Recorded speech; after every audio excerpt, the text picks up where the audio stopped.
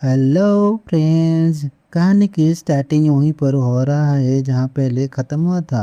Scene शुरू होता है। यंग मास्टर हान सोचता है क्या बकवास है ये सब। आगे कुइलिंग हंसते हुए कहता है मैं अगला हूँ।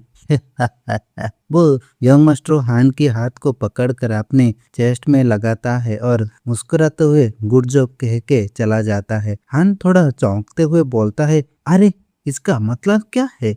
वायलिंग मुस्कुराते हुए कहती है अरे आपको समझ नहीं आया क्या, बस उन्हें हरा दो फिर अगला उनकी जगह ले लेता है। आप तो 6 इथेरियल स्टेज एक्सपोर्ट को चुनौती दे रहे हैं, है ना। मैं आखिरी हूँ। फिर थोड़ा मजाकियों में कहता है चलो ये बकवास बंद करो, तुम्हारे हाथ कहाँ है। ये सब सुनकर यंग मास्टर हान थोड़े घबरा जाता है। रुको, तुम लोग मुझे क्या करा रहे हो। जैसा ही उसे असली बात समझ में आती है वो थोड़ा शर्म से अपनी गाल लाल हो जाता है।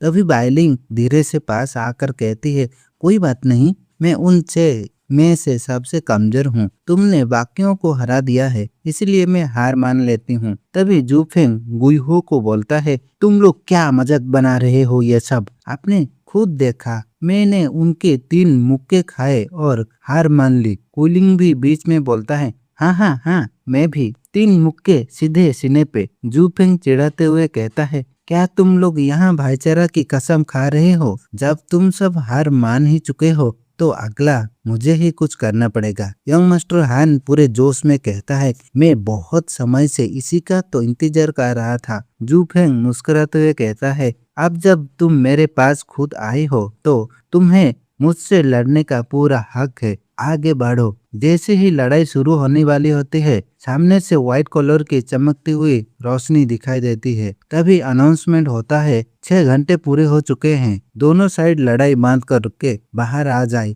अगर फिर से लड़ाई हुई तो उसे ग्रज फाइट माना जाएगा। घोषणा सुनकर हान चौंकते हुए कहता है क्या इतनी जल्दी, ये कैसे हो सकता है। वो चक्कर खाकर गिरने ही वाली होती है। जूफेंग उसे पकड़कर अपने कंधे पर टिकाता है और धीरे से कहता है भाई हान अगली बार लड़ेंगे, ठीक है। यंग मास्टर हान कहता है तुम अभी भी मुझसे लड़ना चाहते हो। जूफेंग मुस्कुराते हुए जवाब देता है बिल्कुल, ये मेरा वादा है। इस बार नहीं सही अगली बार सही। जैसे ही वो सब लोग बाहर आते हैं बाहर खड़ी भीड़ जोर जोर से तालियां बजाती है। शाबाश डेमन साउलसेट, बहुत अच्छे, शाबाश यंग मास्टर, तुम असली मर्द हो। ये सब देखकर यंग मास्टर हान और उनके 2 भाइयों हैरानी से सबको देखते रह जाते हैं। जूफेंग आगे कहता है देखो दोनों टीम में एक एक लड़ाई बुरी तरह से घायल हैं। ये बराबरी की लड़ाई थी। ऑडियंस में से एक बच्चा कहता है कोई भी देख सकता है कि डेमन स्कैमिंग सेट को ही ज्यादा